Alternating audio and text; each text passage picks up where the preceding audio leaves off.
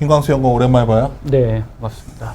이거 오늘 이게 9월 21일 날 나왔던 종목인데 네. 이게 이제 우리가 서치라이트 시리즈 처음 자료 나오고서 주가가 좀 조정을 받았었죠. 네, 맞습니다. 다시 다 제자리 원상 왔는데 이제 다시 더 가냐 안 가냐인데 하여튼 또 거의 4만 원까지 갔다가 그러니까 한번 튄 다음에 이제 조정을 받은 거죠. 알았어요. 피런티어도 얘기해야겠는데 우리 김광수 연구원만 보면 두 종목이 항상 궁금해요. LG전자랑 삼성전기. 지금은 LG전자를 보는 게 좀 더 편안하지 않나 생각을 숫자가 하고 잘 있거든요. 나왔는데도 왜 이렇게 네. 이제 계절성 하루 요인 좀 뭐 출렁이더니 사람들이 또 왜 다 이러는 거죠? 아무래도 전기전자 쪽 그 자금이 계속해서 외인 자금들은 좀 빠져나가고 있는 추세고요. 전방 수요 자체가 그렇게 좋게 보고 있지는 않습니다. 사람들 저 IT 좋아진다 내년에 막 이러고 있는데 실제 이제 어떤 센티를 볼 수 있는 종목 중에 하나가 LG전자 같은 거잖아요. 크게 보면 네. 최종 단위니까 네. 주가 보고 있으면 이게 과연 근데 외부 시장에서 지금 좋다고 한 건 연초부터 계속 좋다고 했지만 지금 계속 안 좋은 상황은 여전히 안 좋다라고 보여집니다. 최근 PC 얘기도 나오고 있는데 맞아. 감소폭이 준 거지 반등을 하고 있는 건 아니거든요. 그러니까 살 돈들도 없는 것 같고 그쵸. 교체들도 별로 안 하는 것 같고 맞습니다. 아무래도 PC 부문도 그렇고 이제 뭐 스마트폰 그리고 심지어 가전 쪽도 마찬가지로 코로나 이후에 굉장히 호황이었지만 지금 현재로서는 소비가 전혀 살아날 기미를 안 보이고 있는 상황이 지속되고 있다라고 보시면 될 것 같고요. 경기 자체만 보더라도 고용이 침체되고 있는 상황이잖아요. 그러다 보니까 미국은 좋잖아. 미국도 고용 시장에 해고를 한 다음에 새로 뽑지는 않고 있죠. 좀 약간 예. 임금은 괜찮. 그러니까 좀 LG전자가 좀 그런 거 보면 오늘 점심 때 오래간만에 내가 좀 하여튼 어디 대표님을 만났는데 이제 아래 사람 매니저가 하나 있는데 굉장히 이제 죽을 쓰다가 요새 다시 올라왔는데 하이스를 많이 실었다고 하더라고. 네. 하이스 실어서 올라온 거지 나머지 IT들은 재미가 없었다. 그렇죠. 그 얘기를 하더라고. 그래서 LG전자 뭐 전기부터 해가지고 다들 잘 안 됐다. 네. 그 얘기 하길래 기억나서. 닉스도 마찬가지로 올해 실적 자체는 랜드 부문이 좋을 수가 없는 상황이기 때문에 실적보다는 이제 뭐 HBM이나 AI 관련된 부분들. 파트지만은 네. 넥스트 얘기 같은 거나 듣다 보면 나 같은 사람은 야 매출 저건데도 주가가 저렇게 오르는구나. 센티죠.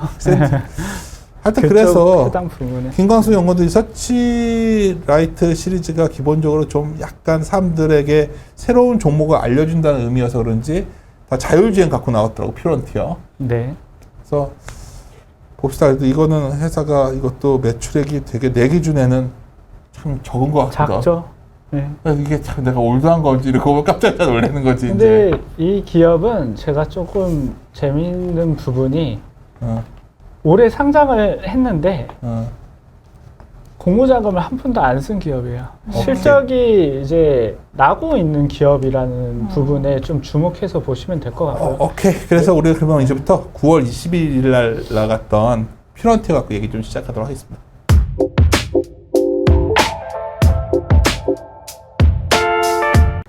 자료 보시면 페이지 말해주시면 이제 우리나라 연구에 돌아가요. 네, 페이지는 이제 뭐 4페이지부터 업황 관련해서 좀 설명을 드리면 전기차 모멘텀 굉장히 말을 많이 하고 있습니다. 근데 이제 전기차 시장은 이제 2020년부터 29년까지 K거 기준 한 20% 이제 초반 정도 성장세 기록할 것으로 전망이 되고 있습니다.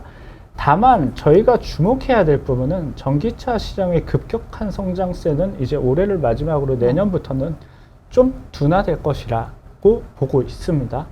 전기차 하는 김에 배터리도 모든 게 다 연동되니까 네, 맞습니다. 전기차로 다 간다고 하는데 네. 막상 가려면 네. 여러 가지 전기 인프라 이런 것부터 이게 준비가 안 되면 가기가 쉽지 않다는 거지. 맞습니다. 보조금도 마냥 줄 수 없는 거고. 이미 보조금은 꺾였고. 그러니까 근데 그래도 다들 2025년 얘기만 한단 말이에요. 2025년 되면 이만해진다 다 이런단 말이에요 지금. 물론 그때까지는 이제 침투율이 그나마 좀 높을 수 있는 구간이 25년까지라고는 볼 수가 있을 것 같아요. 근데 그 침투율도 이미 북미나 중국 같은 곳들은 이미 많이 올라가고 있는 상황이고 아니, 중국이야. 그러면 그 중국이 이후가 원래 문제죠. 높으니까 예. 다른 나라들 확산이 안 돼. 그러니까요. 그 이후가 문제라는 거예요. 아니, 당장 뭐. 우리나라만 보더라도 한국 같은 경우에도 전기차 침투율이 그렇게 높지는 않아요. 아직까지. 물론 거기에는 뭐 여러 부문의 이제 이슈들이 있는데 자동차 무게도 굉장히 늘어난 부분도 부담이 되거든요. 의외로 그렇다면서. 네. 왜냐하면 지금 동일 차량을 가지고 기존 내연기관에서 배터리로 다 바꾸게 되면 한 1.4배수 정도 이상을 봐야 되는 상황이거든요. 그러면 이론적으로 그냥 쳤을 때 우스갯소리로 업계에서는 그런 얘기들도 해요. 우리나라는 주차할 곳이 그렇게 마땅치가 않아요. 차를 끌고 나갔을 때, 집에 들어왔을 때도 그렇고. 그러면 결국은 지하나 지상으로 올려야 되거든요. 그러면 그 하중 설계를 했을 때 그걸 다 전기차 무게를 감당할 정도로 설계가 되었느냐? 이 부분에 대한 이슈도 일부에서는 제기가 되고 있는 상황이거든요. 그러니까 우리가 야쿠르트 아줌마 전기차는 쉽지만 네. 트럭은 못 탄다는 거예요, 전기차로. 네, 아니, 맞습니다. 심플해. 네. 버스나 트럭은 못 탈 거라고, 전기차로. 이 네. 도저히 배터리 무게를 견딜 수가 없고, 아무리 배터리를 어떻게 한들, 많은 사람들은 다 바뀐다고 생각을 하니까 이게 좀 네. 갑갑한 거지. 그렇죠. 뭐 얘기하다 보면 나도 길어지는데. 그래서 뭐 점진적으로 침투율이 전개될 수밖에 없는 상황이고 그렇기 때문에 그림 1번 보시면 29년에 가면 미드 싱글 수준으로 전기차 시장의 YOY 성장률도 둔화되는 국면으로 갈 수밖에 없다. 그렇다라는 얘기는 업계의 투자 사이클 자체가 과거 2년, 최근에 2년 동안 보여줬던 모습을 보이기에는 내가 힘들어진다라는 봤을 때 거죠. 오버캐파 가고 있는 것 같아. 배터리부터 해서 다 오버캐파 쪽을 넘어가는 네. 몇 년 안에 다 그 시기에 오는 것 같아서. 너무 시장을 커진다고 보고 있는 것 같아서. 네, 맞습니다. 그래서 좀 지켜봐야 될 부분이 아직까지 여전히 많다라고 보면 될 것 같고, 결과적으로 그러면 5페이지를 이제 제가 워딩을 좀 적어 놨는데, 전기차 침투율이 급격하게 높아지는 시점부터는 이제는 투자가 대규모로 집행되기보다는 점진적으로 캐파가 확대되고, 대신에 지지부진했던 자율주행 기술 상용화 속도를 높이는 전략으로 업체들이 선회할 것이라고 지금 보여지고 있습니다. 왜냐하면 전기차 판매 대수가 줄어들고 그리고 보조금이 줄어드는 상황에서 소비자들이 쓸 돈은 점점 줄어드는 거죠. 그러면 자동차 업계가 원래 미드 싱글 정도 수준의 영업이익률을 기록을 했었는데 전기차로 급격하게 바뀌면서 두 자릿수 때 이익률을 기록을 했단 말이죠. 받으니까. 네. 근데 그게 이제 다시 다 사라지면 다시 업체들이 한 자리 숫자에 아니, 만족을 할 거냐. 이거 당신이나 나나 네. 숫자 보던 사람들은 너무 상식적인 얘기인데 네. 사실 이거 정말 중요한 얘기거든요. 네. 그러니까 하여튼 뭐 그렇게 된다라고 봤을 때는 이제 업체들이 기댈 수 있을 만한 부분은 옵션이에요. 결국은 자율주행 기술을 단계를 높이던가 아니면 인포테인먼트와 같은 서비스를 제공을 하던가 그렇게 해서 마진율을 높이는 전략으로 가야지만 업계에서 살아남을 수가 있다라는 거죠. 그래서 이 부분에 주목해서 보시면 좋을 것 같고 뭐 6페이지, 7페이지 이런 거는 다 수치 부문이니까 데이터는 나중에 따로 참고하시면 좋을 것 같습니다. 그리고 요 8페이지, 9페이지 같은 경우에는 이제 캘리포니아에서 이제 자율주행 기술 각축전이 지속적으로 벌어지고 있다 정도의 내용인데 요 잘하고 있는 업체들을 보면 상위 업체들이 대부분을 차지를 해요. 구글 웨이모라든지 크루즈. 크루즈 얘기는 뭐 너무 나오니까. 네, 여기 뭐 간단하게 사고도 많고. 짚어가겠지만 여기서 재밌는 건 테슬라가 없다라는 부분. 그러니까. 네, 요 부분만 체크를 해보시면 좋을 것 같고 그 뒤에 이제 넘어가서 테슬라 얘기도 나올 텐데 일단 11페이지를 보겠습니다. 자율주행 상용화 확대랑 현실은 이제 2 플러스 안정화부터라고 적어놨는데 자율주행 안에 가로가 있죠. B2C라고 적어놨습니다. 지금까지의 자율주행은 완전 자율주행의 시장에 온갖 스포트라이트를 비춰주고 있었어요. 그렇기 때문에 로보택시 기술이 먼저 갔어요. 실제로 샌프란시스코에서 로보택시 서비스가 유료로 진행이 되고 있고 하지만 지금 다른 완성차 업체들은 지지부진한 상황이에요. 로보택시 서비스를 대한민국에서 진행을 할 수는 없으니까. 크루즈의 네. 사고 사례를 보면 네. 하기 힘들 것 같아. 그래서 이 완전 자율주행 서비스보다는 이제 완성차 OEM 업체들이 어떤 전략을 펼치고 있냐라고 봤을 때 지금 최근에 바뀐 부분이 M.2 플러스라고 되게 업계에서는 얘기를 많이 하거든요.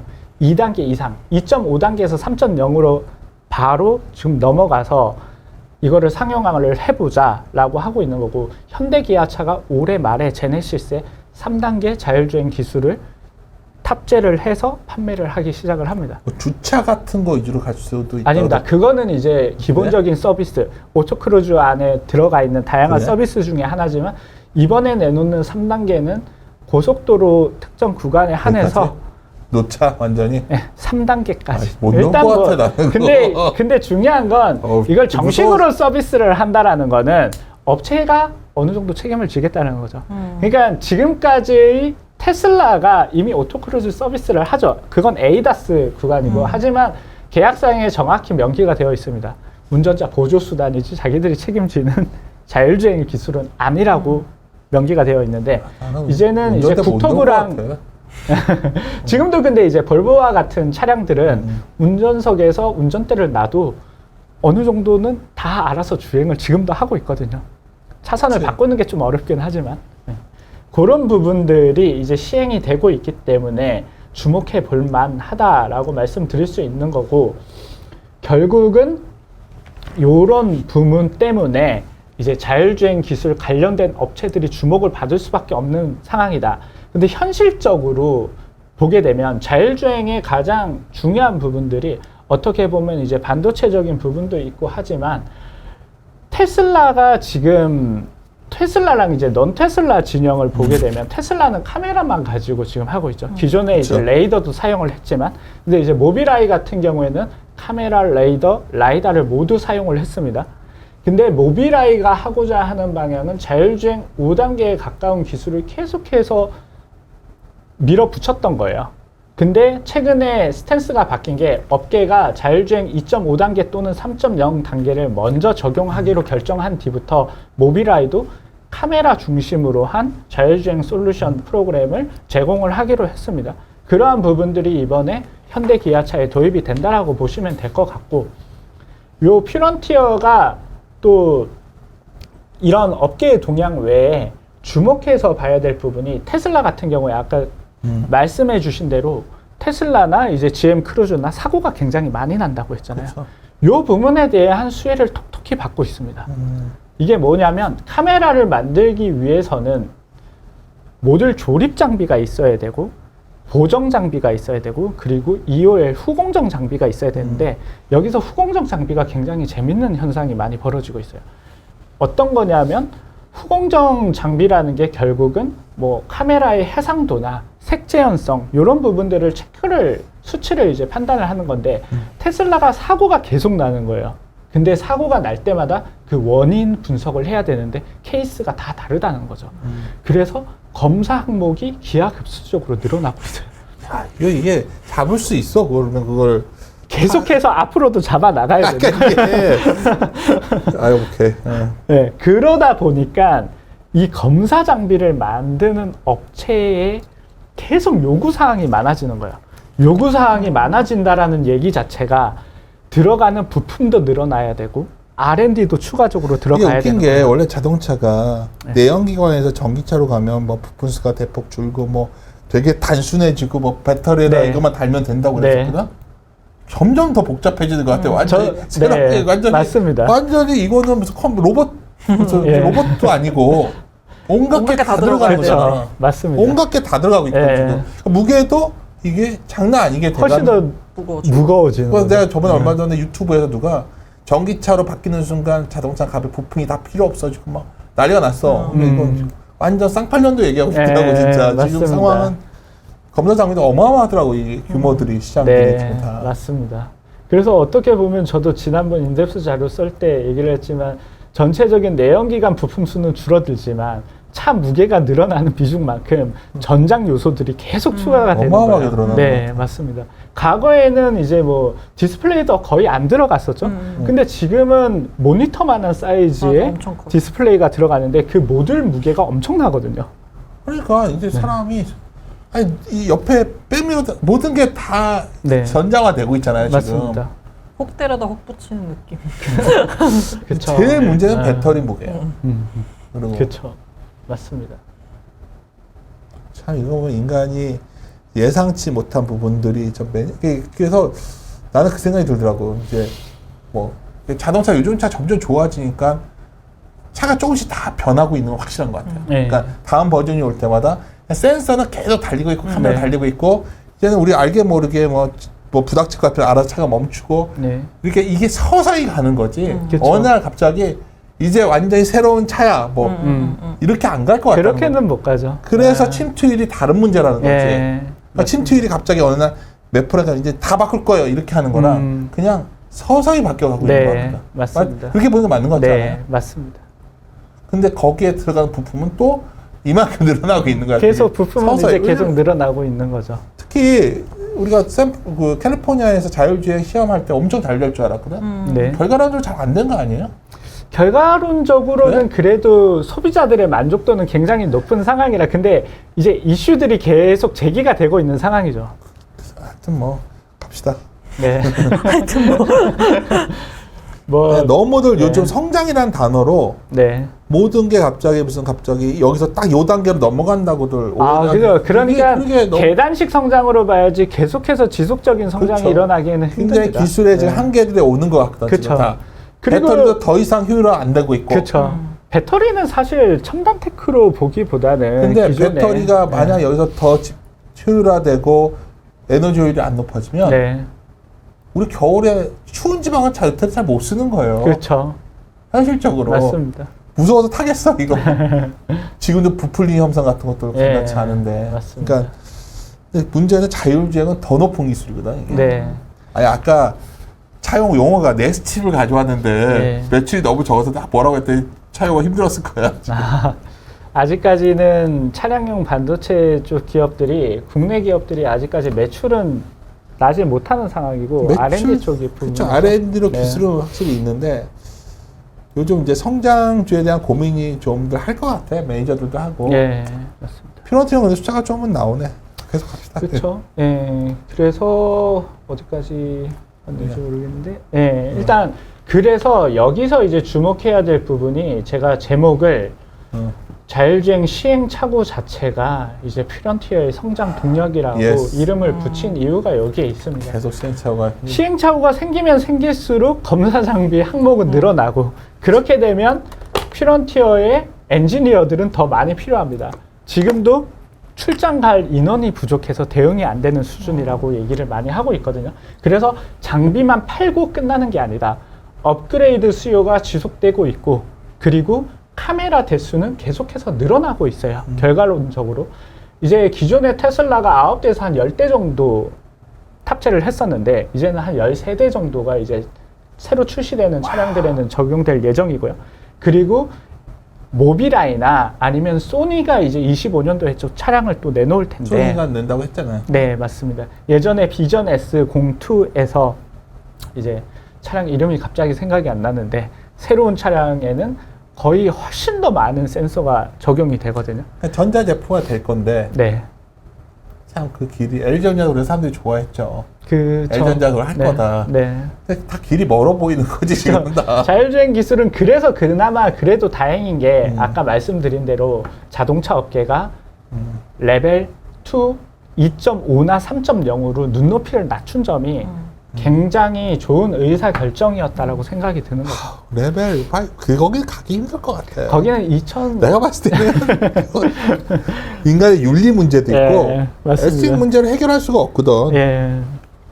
뭐. 그래서 거기는 이제 로보택시 쪽 영역에서나 되는 거고 B2C에서는 사실상 쉽지 않다고 지금 생각을 하고 있는 상황이고요. 그래서 이 부분이 있고 그래서 테슬라 내에서 이제 자율주행 카메라 내 장비 매출 요 퓨런티어가 차지하는 마켓쉐어 비중이 한 75에서 한 80% 정도 돼요. 굉장히 높죠. 높네. 그건 뭐 역시나 테슬라의 차량에 이제 탑재되는 카메라의 대부분을 국내 LG 이노텍이랑 삼성전기가 납품을 하고 있기 때문인 것도 마찬가지죠. 근데 이제 여기서 재밌었던 부분은 작년까지는 LG 이노텍이랑 삼성전기가 전부 퓨런티어 장비를 쓰진 않았어요. 근데 이제 LG 이노텍이 올해 상반기에 이제 퓨런티어 장비를 어마어마하게 주문을 넣은 거예요. 그게 이제 공급이 됐다라고 좋네, 보시면 될 것 같아요. 그거는. 네, 맞습니다. 그리고 삼성전기 같은 경우에는 기존에 조립 장비는 퓨런티어 거를 썼지만 검사 장비는 루리텍이라는 업체 거를 쓰고 있었어요. 근데 이제 하반기에 아마 퓨런티어 검사 장비를 또 가져갈 거예요. 그러다 보니까 이제 대부분의 장비가 퓨런티어 걸로 이제 테슬라에는 탑재가 된다라고 보시면 될 것 같고, 테슬라 입장에서도 아까 말씀드린 대로 검사 항목이 계속해서 복잡해지고 있는 거예요. 사고도 많이 발생되고. 근데 카메라 검사 장비까지 스펙이 달라. 분석을 하기가 힘들죠. 그래서 검사 장비를 일원화하려는 동일 업체로 움직임을 간다? 좀 보고 있거든요. 네. 거기에 따른 수혜를 퓨런티어가 많이 입을 수 있을 거다라고 바라보고 있는 거고. 그런 업체 입장에서 이렇게 조그만 시장에 굳이 자기네가 진출할 이유는 없고 그렇죠. 요만한 네. 시장에 굳이 뭐. 그래서 뭐 삼성전기 같은 경우에는 검사 장비나 조립 장비의 어떤 그 발주권을 삼성전기가 아예 가지고 있는 상황이고, LG 이노텍 같은 경우에는 테슬라가 검사 장비를 퓨런티어 거를 썼으면 좋겠다.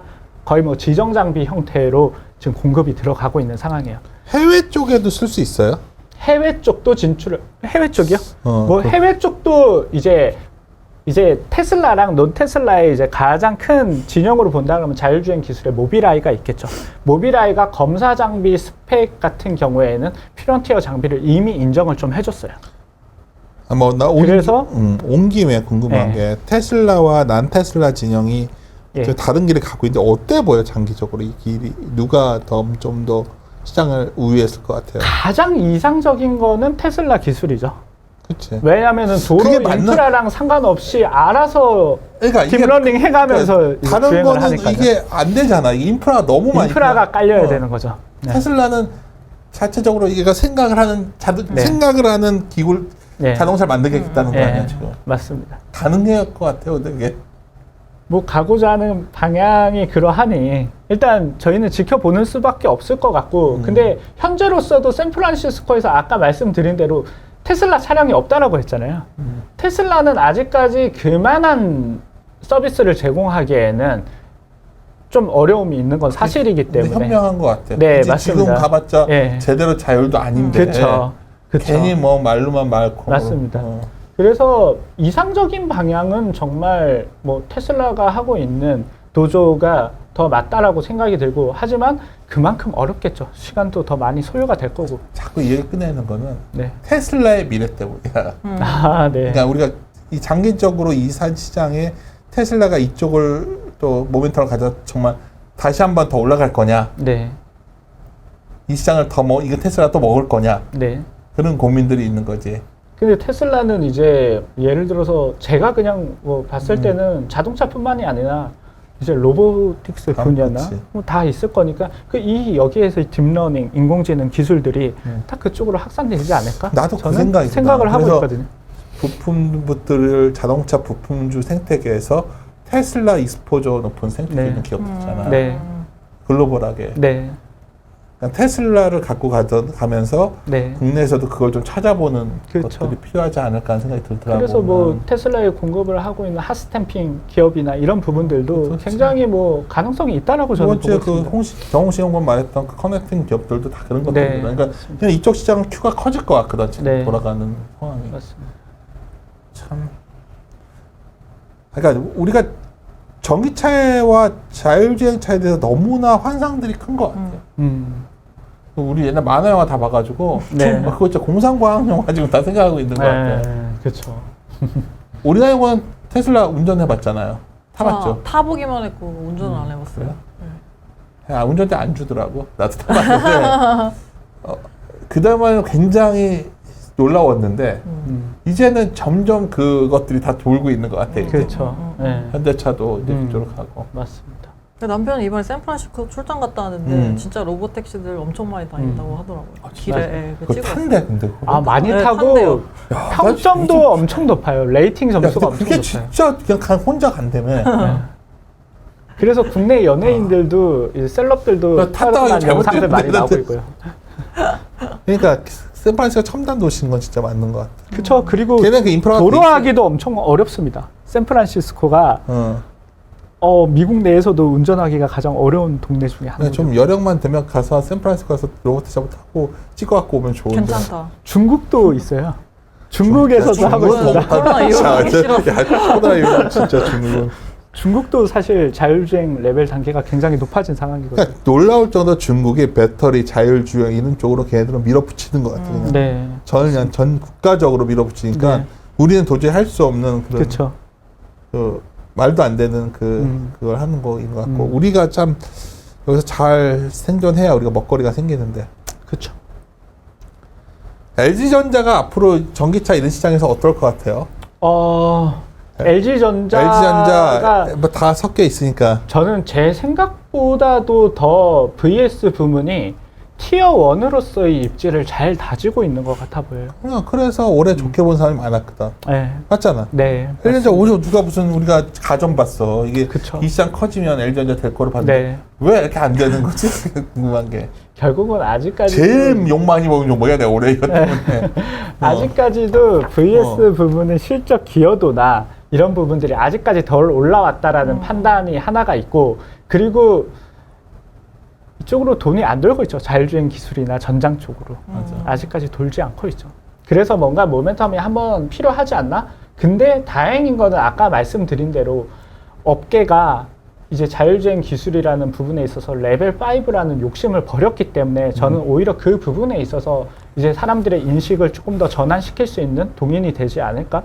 지금 결국 판단을 하고 있어요. 프론티어는 자율주행이 현실적으로 확산될 때 실질적 수혜주다. 네, 실질적 수혜주이기 때문에 실적 자체도 지금 16페이지 보시면 20년도에 적자였지만 21년도부터 꾸준히 이익을 실현을 하고 있고, 올해 같은 경우에는 벌써 작년 이제까지 번 돈 훨씬 더 이상을 이미 벌었죠. 뭐 사실 이익은 뭐 두 번째고 매출이 네, 매출도 계속 늘어나고 두 배, 세 배씩 늘어나면 네. 좋은 건데. 이것도 지금 상반기에만 기록한 숫자거든요. 그러다 보니까 회사 측에서는 이제 25년도부터 대폭적인 성장이, 대규모 성장이 일어날 것이라고 지금 판단을 하고 있습니다. 그 배경에는 결국은 자동차 산업의 어떤 신차 사이클이죠. 보통 한 5개년 주기로 이제 모든 새로운 업데이트된 기술들이 적용된 차량들이 나오기 하는 시점이기 때문에 그때쯤을 대규모 성장하는 해로 바라보고 있고요. 그 이전에도 성장은 계속해서 지속될 것으로 지금 바라보고 있습니다. 오케이. 마지막에 뭐 하냐면 피런티 하면 우리가 파이팅 하는 거예요. 아, 네. 갑자기 어떻게 끝내야 될지 몰라서 갑자기 정한 거야. 뭐 대단한 의미는 없어. 알겠습니다. 다음에 한번 또 우리 IT가 내년에 뭐 성장을 쫓아서 헤매는 시대이기 때문에 한번 또 요새 신용호 센터장이 뭐 뎁스 자료들 쓰라고 한다고. 아, 그렇죠. 표정들이 안 좋은데. 알았어요. 자료 나눠 봅시다. 네. 예, 마무리 하도록 하겠습니다. 네. 피런티 하면. 피런티어 파이팅! 파이팅! 고생했어요. 네.